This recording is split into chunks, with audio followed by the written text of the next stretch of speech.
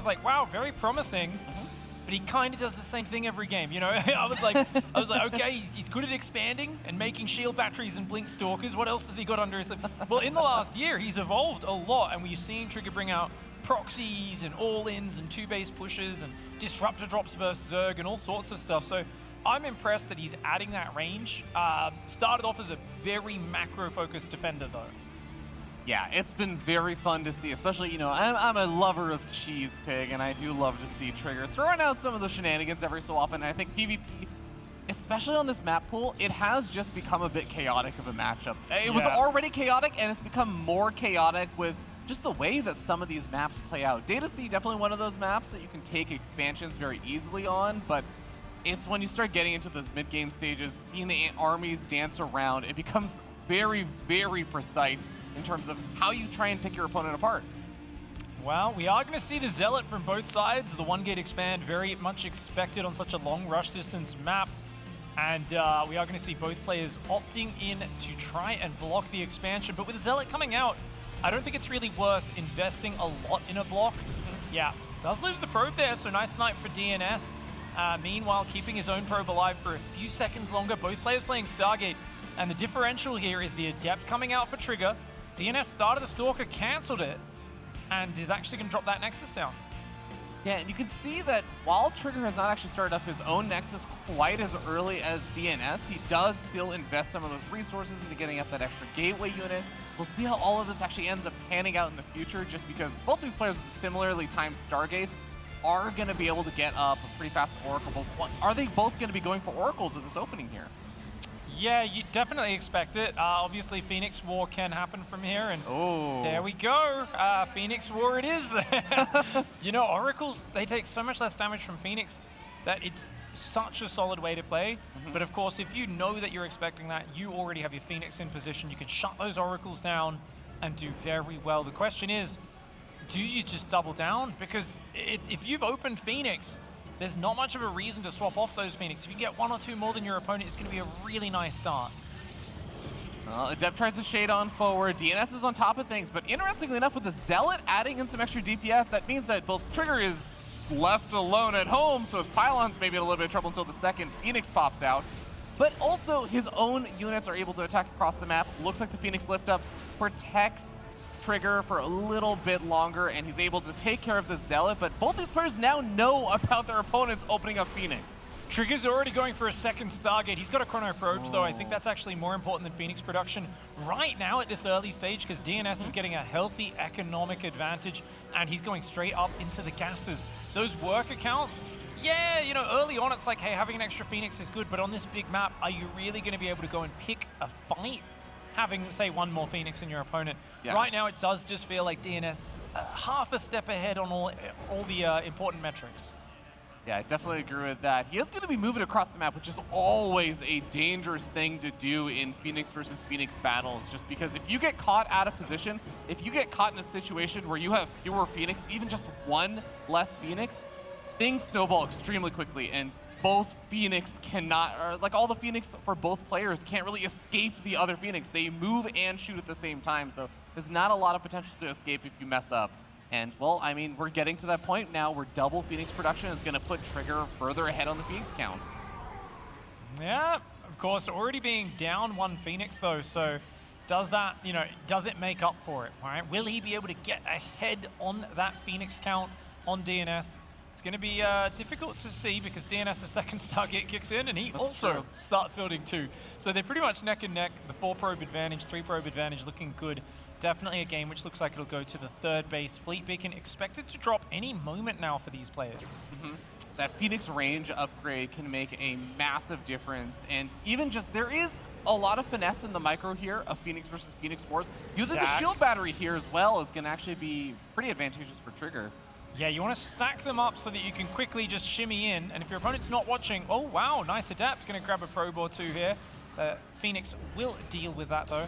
But yeah, as we were saying, the Phoenix need to stack up, right? Now, obviously, they naturally have collision size and space they take up. So if you're not actually clicking underneath them, they will spread out. Your opponent can come in all stacked up, pick off a Phoenix, move away.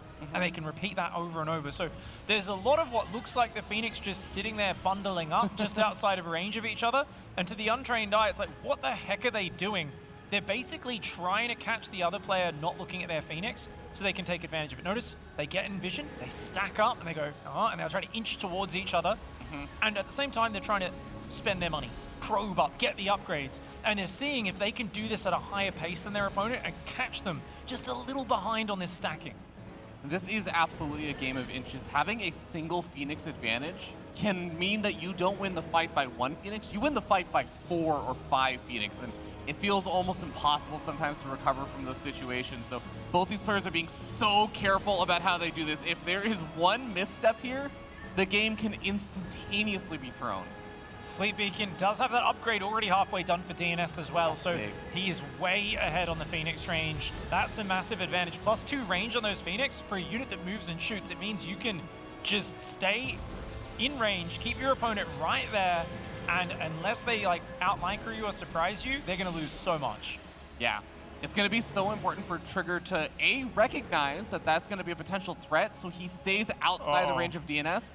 DnS now having it finished up. He's looking for a fight. He's looking for the opportunity. Both players are going to exchange a couple of blows over there, and we already end up seeing the Trigger losing one of those Phoenix. Oh, this is so good. Another one for free going down there. And now he's in range of the probes, able to take down a few of those workers. The Stalker trying to push back those Phoenix, but Trigger is in a very hard position. His own range upgrade will finish in a moment. There we go. But he's down on the Phoenix count. This is a very scary moment for Trigger. He could get taken out here. Oh, he's going to try and go for it. He does manage to snipe a surprising number of DNS's Phoenix and really does even up the Phoenix count a little bit, but we still see the DnS is up 15-11 right now. And this is where things get so difficult because DnS is going to have full map control right now. He knows that he is the one that can start to bully Trigger around. And it's up to Trigger to try and catch up on that Phoenix count so he can actually make some kind of transition that DnS is already going for. You know, it's fascinating. We used to think upgrades were really important here, and then over the years, we've realized that Phoenix overkills so much in these Phoenix battles, and same when you're fighting interceptors with carriers coming out. Upgrades don't actually matter as much as just having more units, more hit points, more bodies on the field, more attacks and projectiles going out there. Obviously, eventually, the upgrades do matter, but not as much as you'd think, and that's why both players are opting for the 4th base. They're going for the 3rd and 4th Stargate. Still pure Phoenix for Trigger, and that can absolutely work versus the carriers, but right now he's just down on overall army supply. Yeah, I'm so glad that you mentioned also that it is just pure Phoenix here for Trigger, because he does go up to the 4th Stargate as well, and Phoenix produce extremely quickly, especially when you compare it to carriers, which produce extremely slowly. So DnS on 3 Stargates, making the transition into carriers, is there going to be a little window over here for Trigger to capitalize on the faster unit production and the extra production he has? You know, it's so funny because sometimes you want to dive in there, click the carrier, just take it out. But if you're doing that while all their Phoenix are shooting you, it is terrible. Phoenix are very high damage, fragile units. They don't get bonus damage versus the carriers though, those armored units. So if you catch a carrier out, great way to kill it quickly. But if you go in too deep, you can lose all your Phoenix for a single carrier. It's not going to be a good trade. Trigger, make or break in the near future. He's got to get some damage done. DnS has way more upgrades on the way. Well, Phoenix definitely count favoring Trigger here, but gonna end up backing off after just sniping off a few workers. I don't think that the worker advantage is really gonna be too substantial for either side. So we're gonna end up seeing relatively even economies, but Trigger is still just trying to find some sort of angle he can do some damage here. Yeah, you can also kite the interceptors and gun them down without really fighting, but that doesn't get much done. Oh. Things getting pretty dangerous here, but Trigger backs off. Those carriers starting to grow in numbers. We're seeing number 4 and number 5 popping out soon. Number 4 now joining the fray. The longer this goes on, the more difficult this is going to get for Trigger. Indeed, indeed. Those Phoenix pulling back on the north side. You're going to try and rotate into the main base and expose mineral line there. This could force DnS into the open. If you go in there and pick off a bunch of probes, he's going to have to come and defend that. Yeah, I actually really like this maneuver over here. Trigger going to be able to find quite a few workers, And if he backs out safely, well, then at the end of the day, maybe he can just actually try and out-expand DnS a little bit and eventually get up the point where he can make transitions out. You know, it's going to be really funny when the fight happens because the Tempests are going to obliterate the carriers, and then the Phoenix are going to dive in for DnS and obliterate the Tempests. And it's going to come down to the Phoenix War in the tail end of that, most likely. I mean, it's going to be just fascinating to see how many Tempests do you get, because I think more than can one-shot carriers is superfluous unless you've got crazy micro as trigger. Because what are you going to do? Have 3 separate control groups of Tempests all targeting separate units? I don't think so, mate. This is some great movement here from Trigger, by the way. He pulled a lot of the units way far forward, and now he gets to snipe off probes, he snipes off a carrier, he snipes off a second carrier, and now the carriers for DnS are so far back, I actually think that DnS is in some trouble because his Phoenix count cannot go anywhere close to Trigger's. Trigger's got a mothership on the way as well with those Tempests. +1 air weapons finally coming in, so he's going to try and catch up on those upgrades a little bit. 5th base going down, or 6th base, I should say, for Trigger, who's got a hefty worker advantage. Problem now is his supply cap. Trigger's got a lower value supply in the Phoenix.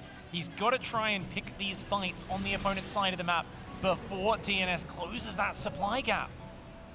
It's going to be a big moment here as the Tempests make their way across the map, and it's so interesting because Trigger has the hypermobile force of the larger Phoenix count, but now he also has to worry about the positioning of those Tempests. He has to make sure that those are also covered. He's going for some pickoffs over here. He's trying to snipe off what he can. Even just picking off some of those interceptors to reduce that bank of DnS is going to be nice. You can see Trigger's definitely building up a bit more of a bank, but Tempest not really able to get involved. He's just going for more workers for now. A few more cannons would be really nice on the D here, but another snipe on a Phoenix. DnS has been good about getting those. Oh, he goes in and sacrifices a Phoenix for the sentry. He does not want Guardian Shield to be a part of this next fight. I mean, he's sniping off so many workers, and I still feel like he's trading out relatively effectively. I totally agree on the whole point of cannons. It's interesting, though, because DnS is not building up a big mineral bank. He is bleeding out a lot of interceptors. All of these carriers still reproducing interceptors. I actually wonder if just the interceptor production plus just continuing to try to get up more of these carriers, he has not really been able to afford more cannons and things like that. Well, the thing is, right now, he's got a killer army, though, and it's getting bigger. So, I mean, Trigger's got to be afraid. I think with that bank, he's got to throw down mass cannons. He's going to have to fall back behind that. Tempest will be able to win a retreating fight. And the thing is, you know, he's basically going to trigger DnS into jumping on his army. He's going to have to go because those Tempests way outrange him. They're going to start shooting down the carriers with the Oracle Revelation, and this is going to force DnS's hand. Oh, where is the detection here for DnS? As our wonderful observer is pointing out, there's an observer on the way, but it's just a single observer. Even that is going to be a little bit dangerous to try and keep alive. Indeed, this is actually a big problem for him, and Trigger looking for the damage. He wants to pick off those carriers. Right now, though, it does feel a little weird that he hasn't got a single carrier snipe, but he doesn't want to go too close and expose himself to risk. That's his big problem. That's what he's afraid of doing. You can see the Phoenix start to edge forward as they realize, wait a second, you aren't actually attacking any of my units whenever you move forward. This mothership is paying huge dividends. Being able to do so much damage to that Nexus is actually putting the Trigger in a really fantastic position bank-wise, as long as he can recapitalize on that. And Pig, let me tell you something. 4 Stargates being added on for Trigger, I think that takes him up to what, something like 8? He will absolutely be able to replenish his army quickly. Oh, but he's getting jumped on right now, and he is indeed starting to lose some Tempests. Mama's out there, she goes down quick, fast. Another carrier does get one shot. Good stutter step from Trigger so far, but his Revelation's gonna run out. He accidentally misclicks there with his Tempest. He's gotta keep targeting the carriers, but he doesn't have the detection. He doesn't have the Revelation out there anymore. And now you can actually see that Trigger is down in the Phoenix numbers. It's 10-15 in favor of DnS. DnS producing 5 Phoenix at a time, and we're seeing a complete role reversal here, Pig. Tempest and a carrier coming out for Trigger. Rob, DnS is putting pedal to the metal on Phoenix. This makes no sense what Trigger's doing right here. He already had too many Tempests, building 8 at a time. Remember I said there's no point getting more than one-shot a carrier unless you split fire, which he did not do a single time in that fight. And there's a reason why. Doing that while microing Phoenix and stutter stepping is impossible. Nobody does that. Nobody can do it. Trigger didn't do it. He should not be going above 12, 13, 14 Tempest. It's way too many. It's going to take like 6 or 7 to one-shot a carrier, maybe 8. So he's got to be careful going too high. I like that he's swapping back into Phoenix now. Trigger losing probes. You might think that's bad if you're a Trigger fan, if you're a Canadian fan. It's really good. He's got so much bank. He'd love to replace that with Army. But now Trigger going to have his Tempest jumped upon, and it's like you were saying, the Tempests are just not going to be all that valuable in these kind of fights. You can see Mothership and the carriers start coming on forward.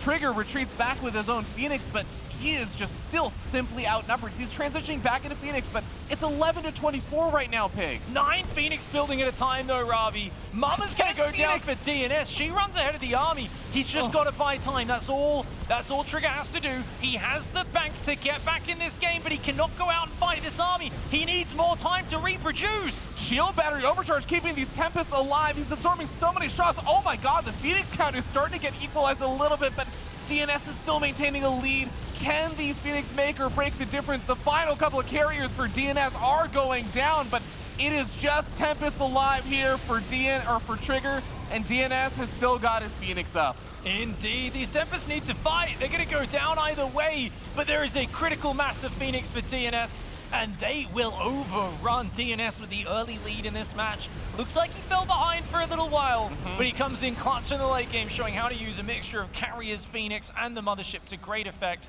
Very expert play in the late game for DnS. A really wonky game. I feel like even for Phoenix versus Phoenix Wars, these kinds of games are not the most common. And DnS showing that he really has a firmer understanding of how to make these transitions work and to read the game properly for those next set of units that you're going to make out of those Stargates. Yeah, this was definitely a weird one for both players, and I do think there was one critical micro error as well Trigger was making. Not only did he fight when he should have pulled further back, but I think you need to shift click your Phoenix on their Phoenix. Yeah. Because they were fighting interceptors the whole time, whereas the Tempests were then killing the carrier, but the carrier already had all its interceptors killed.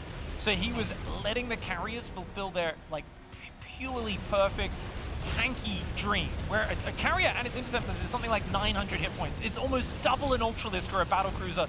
It's an insane amount of tankiness, and it's such a hard situation because how often are you pressed up against your production with Tempest and Phoenix? But I do think Trigger made a small mistake there, and that was, of course, part of what DnS used to get back in the game. Mama hiding in the top, but just no economy left for Trigger, and these Phoenix camping on top of his production.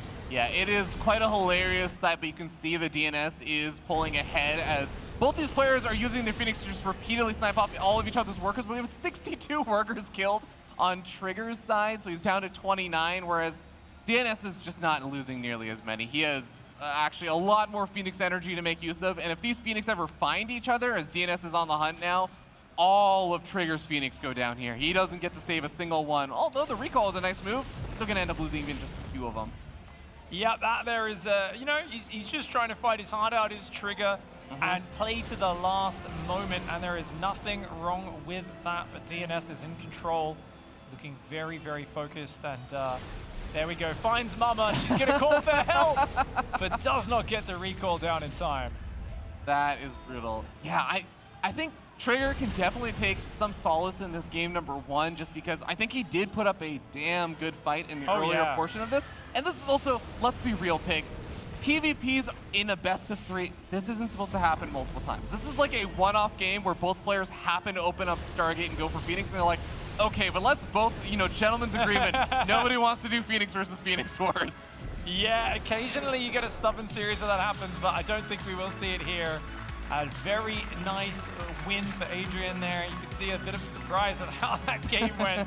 But DnS, man, he's definitely pretty solid in the opening. I think he built some nice leads for himself. Using those leads in Phoenix Wars, as we saw, it can be a little bit of a conundrum. He had the Phoenix range up a full minute ahead. He killed 2 or 3 Phoenix with it, but that was it. He wasn't able to force the victory or the win condition. Yeah, I think that's a great way of putting it. DnS able to get some early leads, couldn't turn it into an immediate victory, allowed Trigger these opportunities to start pulling back, but I think the micro error that you were talking about from Trigger, and also just the kind of strategic decision making of continuing to flood out Tempest off of his 8 Stargates. I feel like those two things compounded, DnS was really able to just seize a lot of momentum and turn that into that big W he finally needed to close out the game. Yeah, it's almost like I think the muscle memory should be to always rebuild Phoenix when in doubt, right? Because it's like the most multi-purpose, quick to rebuild kind of mobile unit. Yeah. It's like maybe the carrier, because that's obviously, you know, quite good in a brawling fight as well. But the Tempest really is a sniper unit. It can't be the core of your army, right?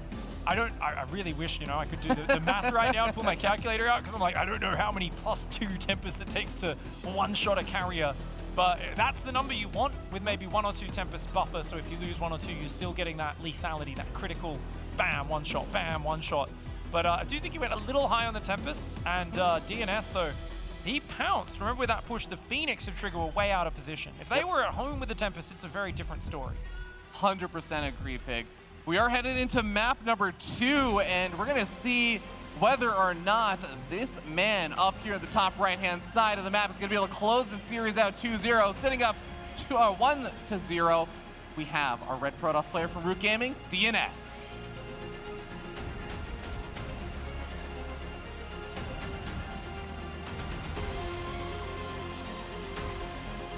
And in the bottom, it is, of course, Trigger.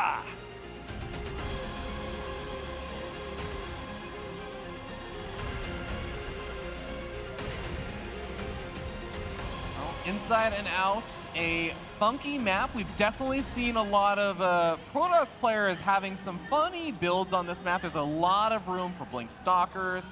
There's a cute little area by the natural expansion where we've seen a lot of Protoss players go for like Proxy Pilots, Warp in Adepts, and Dark Templar and stuff. Try and get a little sneaky with that. So warp across the chasm there. I love this little chasm, man. I have seen so many dirty little moves from Protoss players on this map there. Yeah, I love it, man. I always think of Blackpink when SOS warped Dark Templar across there for the first time and showed us that Blink DTs were really good units as well. I think it was Keen who suffered that one, but Blink DTs, haven't seen that in PvP for a while, in the early game, that is. Obviously in the late game, Blink DTs are just fantastic in every matchup. But for now, it is going to be the Zealot coming out for both sides. Very similar opening to last game. I would not mind if they both go Stargate. One of the players, though, going Oracle into Blink. The other one maybe trying for the Phoenix again. But of course, if you're up against a Blink play, you stop at 3 or 4 Phoenix. You get enough to shut down the Oracle, do a bit of harassment, and it still becomes a Blink Stalker war at that point, which is definitely a bit of a more familiar. It's less weird, that style of PvP. It's less like you're staring at it and you're going, how many Phoenix are there? And kind of squinting, and you've got to glance at the units tab and go, oh, that one's on 13. He's okay, that guy's winning the fight, you know. It's just the way the air units stack up and the damage is so high, it's hard to judge those Phoenix fights. I think the Blink Stalker battle's much better to watch. Oh, absolutely. That last game, it is the unfortunate circumstances of an arms race with Phoenix, right? That is, like you said, not normally how many Phoenix come out. Now, we do have Trigger moving over here with the probe, not only getting the pylon block, but also, importantly, scouting out that Stargate. He has his own Stargate on the way. That pylon finishing up there for DnS does give him vision of the Stargate for Trigger. So both players know there's a Stargate on the other side of the map. And a cute move there from DnS, further blocking that Nexus from being taken. Where's the Zealot for Trigger? Did he cancel it or walk it across the map? He did cancel it. Oh, okay, yeah. I think if they cancel it, it can be worth going for the Sniper Core here because you are getting, you know, such a big delay. It's not that DnS's Nexus is that much quicker though, and it does cost him minerals, right? You gotta remember, he is spending money that he won't be getting back for that. Yes, you get back 75%, but there's a lot of opportunity cost lost in it, as well as, of course, the minerals that does not get returned. And that Cyber Core, he's even gonna let it finish, wow. Yeah. All right, goes for the full 150 mineral commitment. Yep, Trigger had floated up to 400 minerals, convinced that maybe there was also going to be a cancel there, but ends up not seeing it, so ends up starting up his next unit. Has 3 Stalkers and an Oracle, so I do wonder if this is now going to be the time that he wants to try and get something done with those units.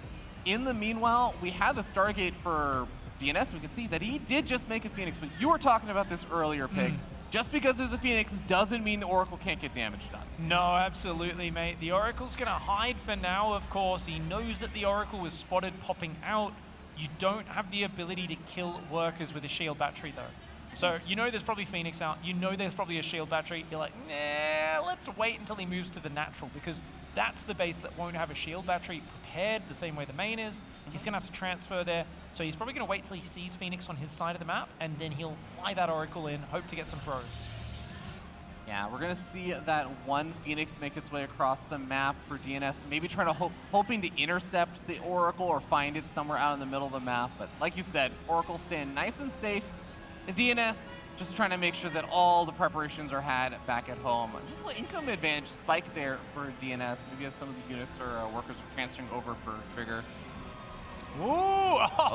Oh, the most unfortunate man. timing for a Dark Shrine to plop down right as the Phoenix comes forward. I mean, that is a great find for DnS. And it was a clever DT Shrine, because it's like, hey, dude, you're playing Phoenix into Blink. You don't have a Robo. You don't have any detection.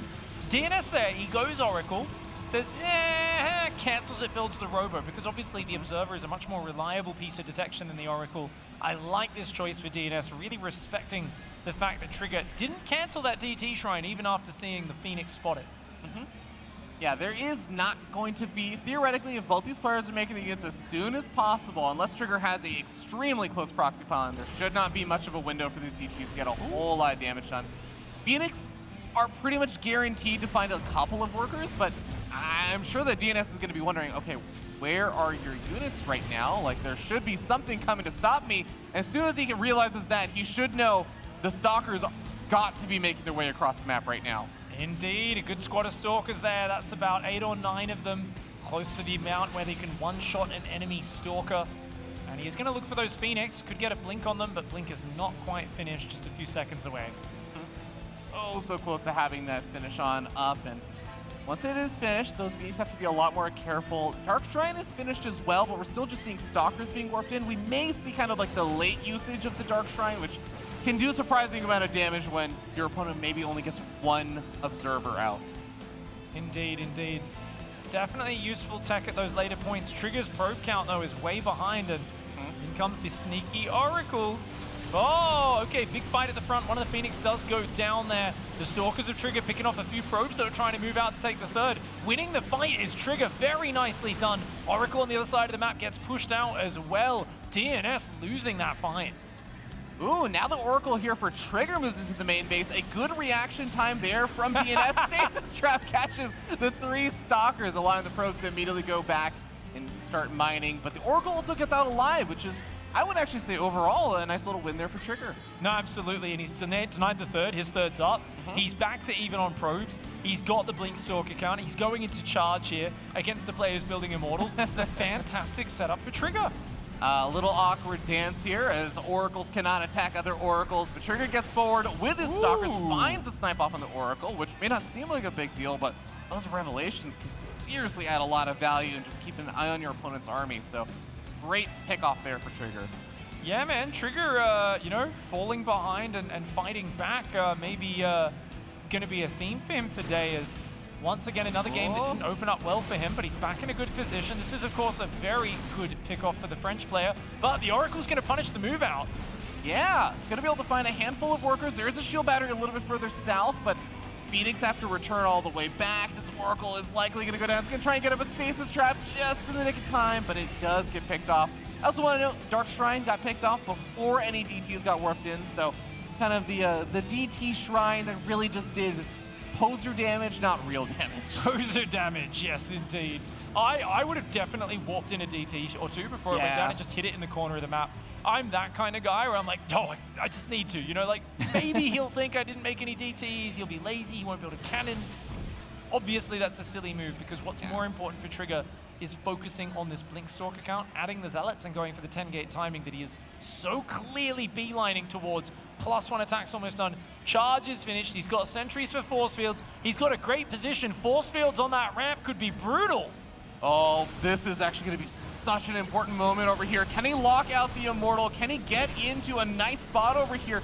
Can he dodge out of the way of the shield battery overcharge or snipe it off quickly? It looks like he's going to have to back off a shield battery overcharge. Does get popped. DnS trying to pose on forward, but the force field's locking out a lot of DnS's army. DnS going to try and blink forward, and well, Trigger starts to engage. He has to back up. He goes for the charge last round, trying to get in on top of the Immortal. It's not working out. He has to protect the Warp Prism, though. It gets sniped off, and DnS, did he lose a few too many units for that snipe off? Oh, he might have. He's getting pushed back right now. Stalker's warping in defensively. Trigger with a very wise choice to pull back. I think it's over. This attack, that is. I think he's going to have to probe up. He's looking for more pickoffs with his micro. He's rebuilding a Prism, and it looks like nothing but units. Trigger, it feels like he's quite committed mentally here, and he's saying, no, I'm just going to keep hammering. Let's go. I mean, it's actually really scary when you look at the fact that he has 16 Zealots. That's not even just the Zealots over here. There's more coming across the map. But a snipe off on the Immortal, the shield battery is out of energy as well. But Trigger is starting to get overwhelmed over here. He needs those reinforcements, but DnS has reinforcements of his own. Battery overcharge is off cooldown, mate. At any moment, he can drop that. And this is what I'm worried about. Those battery overcharges, you've got to have a decisive number. Otherwise, it is going to get crazy value. Yes, right now, DnS is up 9 probes. Not just that, he's got Archon tech coming in. Archons and shield batteries, very good against these Zealot attacks. He hasn't found a moment to warp it in just yet. It's still very close, and that 20 army advantage for Trigger might just be enough. It's so many Zealots, Robbie. It's 14 Zealots that charge on forward. The Stalker's going to get into a great position in this mineral line, making it so difficult for these Zealots to find a whole lot of value. The Stalkers for DnS are trying to hold the line. He warps him some more Zealots, but it's not enough. And Trigger ties up the series 1-1. Ooh, committed timing, but he had faith in it and he just kept going. And I'm telling you, this has been the next evolution that we've seen of Trigger in the last year. It's not just the defensive play. He has faith in his timing attacks. He has faith in the power to take the aggression to the opponent's side of the map. He did a great job with that too. The charge loss just being warped in mass, really causing so many complications. The Stalkers, yeah, like if they have the ability to continuously micro infinitely, they can continue to deal with those charge lots, but there's a certain point where you can't micro any further back because your mineral line's there. You're running out of space. You're up against a wall, and Trigger did a great job being able to seize that moment, seize that opportunity that you were talking about with that attack. Yeah, absolutely. The Zealots coming in. It's always that thing where you're like, man, Immortals and Stalkers are really good. They don't do that much damage to Zealots. They just don't. Zealots are so cheap. And because they're a cheaper unit, you can go something like 10 gateways there and just do crazy big warp-ins. Very nice play for Trigger. And, of course, lots of dancing with the Oracles to avoid the Phoenix throughout the early game. Cybercore block there for DnS. Felt like it did build a good situation for him, but Trigger fought back, did a good Blink Stalker pressure. And yeah, I feel like it doesn't matter what happens in the early game. Trigger's always going to find his way back into it. It's been a good couple of recoveries in these first 2 games. Yeah, it's a lot of interesting little mind games and kind of feints that we're seeing. Even just the example of the Oracle move outs and stuff that you're talking about. The Dark Shrine that doesn't end up being used, but it forces out a Robo. A lot of the move outs and stuff. It's been really fun just to see how these two players have been reacting to each other. No, they have actually played a decent number of times this year in various events and tournaments and stuff, but here we are moving into game number 3 on Waterfall. See who's going to be able to advance out in this group and who go to the knockout bracket. We're starting down here in the bottom left-hand side of the map. Top of the red Protoss player from Root Gaming. He is DnS.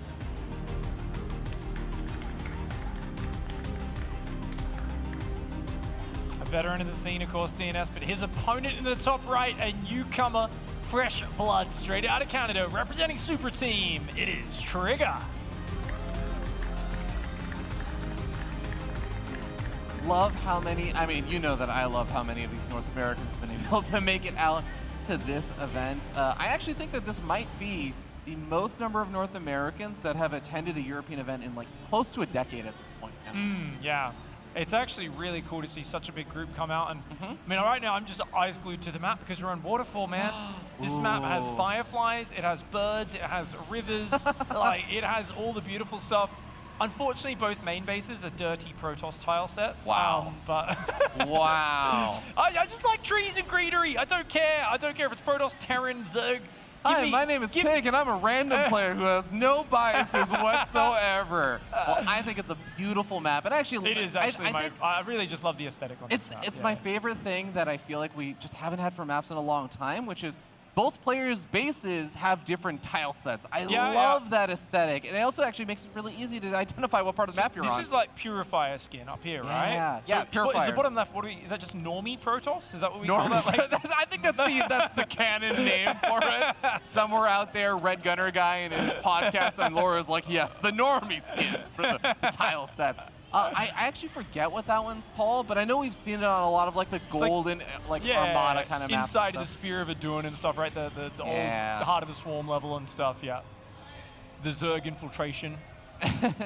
I also just think it's so fun with all these new maps and stuff, seeing not only one, like how many in-base natural-ish kind of bases there are, but also just how many high ground bases we've seen. Like this is third game in a row that we see both players going to be going for these low ground openings. They have to make the zealots and stuff, and it's just because so many of these maps, especially the maps that these two players let through the vetoes, have these sort of setups where you need to go for the one-gate expand. Yeah, absolutely. And, you know, something we haven't seen a lot of Zerg yet, but this is, I think, the only map with a pillar directly above the natural. There's another one. I think it's Tropical has one like way off to the side of the natural as well. But a lot of the maps don't have the pillar for the Overlord to sit on anymore. So we're going to see that come into play a lot more in the Zerg versus Terran and the Protoss versus Zerg matchups later on. Oh, absolutely. Yeah, I'm interested to see how this map goes, because I think that there's going to be a lot of players who see this versus a Terran player and will be like, I'm going to veto this ASAP. But PvP going to be a unique place where we get to see it. We do see some interesting little trades over here as Trigger goes to the lift up on the Stalker, finds a bit of extra damage on the Stalker. He's going to go for the kill. He needs one more attack, and is he going to be able to find it? Yeah, I think DnS didn't save recall energy here. So normally you recall in that situation if they go Phoenix or if the Oracle turns on its laser. Keeps the Stalker alive, and the Zealot gets in the main. If he gets a probe, that'd be super cute. Yeah, the Phoenix lift up over there. It does finally get the energy for it, so it's going to buy time until the Stalker or the other Phoenix gets back home, so... okay, doesn't quite find it. Dude, it's going to kill 3 probes, man. Watch it. That's one. Okay, one probe. But still lost mining time. Overall, like that was a situation that almost looked like Trigger was going to be smiling so happily after all that, and kind of ends up in the worst end of things. And it is going to be a Phoenix War again, Fear Dragon. So we are returning to Game 1 territory. Remember, everybody, if you want to cast or watch Phoenix Wars like a pro, just glance to the unit tab in the top left and then back to the fight as quickly as you can. And that usually tells you who's winning. It's like a hot tip. Whenever we're watching those fights, we'll watch that number in the top left and see whichever number goes down faster, they're losing. The other one's winning. It's actually one of the. There's only really 2 spots in StarCraft where I'm like, you know what? I don't want the production tab app. I want the unit counting station. It's Muta versus Muta and Phoenix versus Phoenix. Yep. Oh, good micro by DnS. Really great micro from DnS. He actually keeps one of his low health Phoenix alive for so long, and he dramatically finishes off so many of the Phoenix there for Trigger. Now he's able to snipe off a Stalker as well. Remember we were talking about earlier, guys, one Phoenix advantage doesn't mean you win the Phoenix War by 1. It means you win the Phoenix War by like 3 or 4. Now we have a 2 Phoenix advantage here for DnS. It's the damage, you know. Obviously, every unit that goes down, your damage drops. And then, you know, bam, another unit. If yours dies quicker, it drops even more. There's a punishing factor to it. And that also, you add a little bit of pullback micro on the weakened unit there, keep its damage alive a bit longer. Man, that was a slippery slope, a scary position. Trigger does have the battery. The Stalker is a very tanky unit versus the Phoenix, trying to take advantage of that, but Trigger with very good micro so far. Remember, he got himself out of a very bad spot in game 1, but this one's even worse. Yeah, this is also getting to the scary moment where right now he can buy time with that shield battery because the Phoenix counts are low enough that they can't one-shot your opponent's Phoenix, and that means that the shield battery can come into effect. Ooh, fighting away from the battery though. We see one of the Phoenix going down there for Trigger, another one getting very low. You can see that stacking up that DnS is doing an excellent job with. Oh, he can just dive. He can just dive if he wants. I think at this point DnS has such an advantage. He just got 2 Phoenix for 1 in that last set of trades. He's up on probes right now as well. 8 Phoenix versus 4. This is a massive advantage for DnS. I do actually want to commend Trigger for being able to get up a 3rd base during this because, yes, probes might die if you're, trying to mine and stuff like that versus the Phoenix, but you can't actually stop a base after it starts building. So that is one little victory here. If Trigger can find a way to survive, build up that Phoenix count, and play a little bit of catch-up, there's an opportunity to actually make use of this 3rd base and stay in this game. Well, Phoenix can't shoot buildings, right? They can't pick up buildings. They can only shoot air units. one of the funny things is if you block someone's expansion with a pylon, in this, they can't do anything about it. Yeah. Like, they literally have nothing that attacks the ground. They have to make a Zealot from scratch because neither player's even bothered making Warp Gate. Yeah, and even if you try and get that Zealot out, you send that Zealot out, your opponent's Phoenix just pick it up in one shot, Exactly. and you're like, oh no, what do I do now? I have seen games where someone pylon blocked like 3 of their bases and the person had to take corner bases. Like, it's actually hilarious to watch, but that's of course a bit of an aside. Right now, we've got faster Phoenix range, more Phoenix, significantly more. DnS controlling the space out here and is like, hey dude, I've got my 3rd mining. You're gonna fall further and further behind. Now, Trigger has a 3rd Stargate. And is he just not going to bother with the fleet beacon at all? Is he going to do the SOS? Is he going to do the SOS YOLO maneuver, Fear Dragon? I mean, in a moment's time, he is actually going to be caught up on Phoenix. He was down, what, 4, almost 5 Phoenix?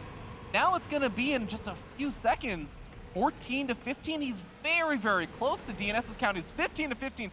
If he just goes, and of course this is the other difficulty right now, Pig. We see the numbers of the unit counting station. These players are eyeballing it. And he just caught up. That's all he did. And Phoenix range is done for DnS. It's an easy win for DnS in that fight. The only way this works is if Trigger gets significantly more Phoenix and presses him up against the edge of the map. There's no way. I mean, he's actually somehow trading out relatively evenly, despite not having Phoenix range, but he is extremely far away from getting Phoenix range. He's not even throwing down a fleet beacon right now, Pig. He's basically all in on making this Phoenix dive bomb maneuver work. Yeah, he's going to go for it again. Starts trading off with those Phoenix, but he is down in these numbers, remember. He's going to make it a messy trade, but I think DnS there with the tactical retreat, he still has the Phoenix advantage, 2-1. And DnS just so clean in these early Phoenix openers, really showing exactly what we saw just a glimpse of in the Caster's Civil War. An incredible performance from him. He's just dominating these Phoenix Wars. He's looking so good at it. And now there are no advantages left over for Trigger to take, you know, an opportunity from. He's on 3 Stargates versus now 4 for DnS. He's outnumbered in Phoenix. The Phoenix range upgrade there for DnS, plus 1 air weapons on the way, even a Forge on the way there for DnS. Trigger, he needs to somehow make an absolute miracle happen to come back in this game. Yeah, I mean, maybe, you know, he's Canadian, so I'm thinking, think of Huck, make 6 sentries, hallucinate some carriers, and pretend off of what warp cage? Just do it. Just you got to, you know, think of the ancient memes. You know, you got to pull out the old strategies to bring this back. This is so difficult. I mean, I love the poise Trigger shows because he does play very well, even when things look completely dire. But it really is a time for glorious memes as being one of the few ways you can bring it back. It's truly a rough spot here. You're going to see the final dive bomb here for Trigger, the shield battery overcharge, and DnS just moves out of it and says, well, I'm fine with fighting somewhere else. How about you? There it is. GG. DnS takes the